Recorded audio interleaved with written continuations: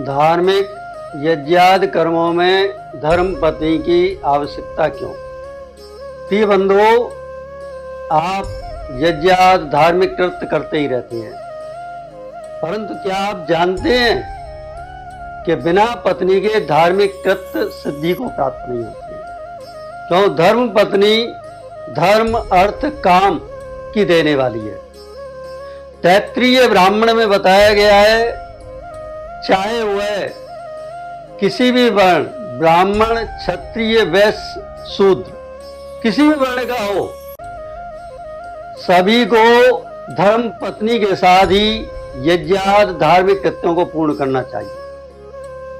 भविष्य पुराण में कहा गया है कि जिस प्रकार से एक पांख वाला पक्षी उड़ नहीं सकता और एक पहिए का रथ चल नहीं सकता, उसी प्रकार से अकेला पुरुष भी धार्मिक कृत्यों में सफलता को प्राप्त नहीं हो सकता। उसके द्वारा किए हुए कृत्य जो है निषिद्ध हो जाते हैं। जो देवियां पुण्यशील हैं, धर्माचरण में लीन रहती हैं, पातिव्रत धर्म का पालन करती हैं, महापुरुषों का आदर करती हैं, पति के अनुकूल आचरण करती हैं, जो ऐसी पत्नी का त्याग करके धार्मिक कृत्यों को अकेले करता है, उसके धार्मिक कृत्य कभी सफलता को प्राप्त नहीं होती। इसलिए पद्म पुराण में भी कहा गया है कि यदि पत्नी आप पति के अनुकूल आचरण करने वाली ना हो, कुलटा हो, व्यभिचारिणी हो,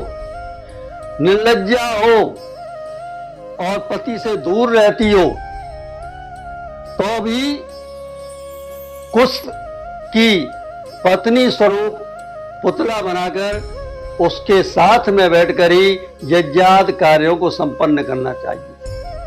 भगवान राम ने जिस समय रामेश्वरम की स्थापना की थी, तो स्वयं रावण ने कहा कि आपकी धर्म पत्नी कहाँ है?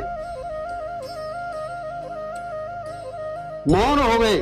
अंत में रावण ने माता जानकी को, जो रथ में लेकर के आए थे लंका से पुष्पक विमान में, उनको अर्धाग्नि के रूप में स्थान दिया और यज्ञ कार्य को संपन्न कराया। तो इसी बात से यह सिद्ध हो जाता है कि अगर आप यज्ञादि कार्यों में, धार्मिक कृत्यों में सफलता चाहते हैं, उसके लाभ को प्राप्त करना चाहते हैं, देवताओं की प्रसन्नता चाहते हैं, तो बिना पत्नी के कोई भी कार्य न करें। यत नारस्थ पूजन्ते रमन्ते तत्र देवता।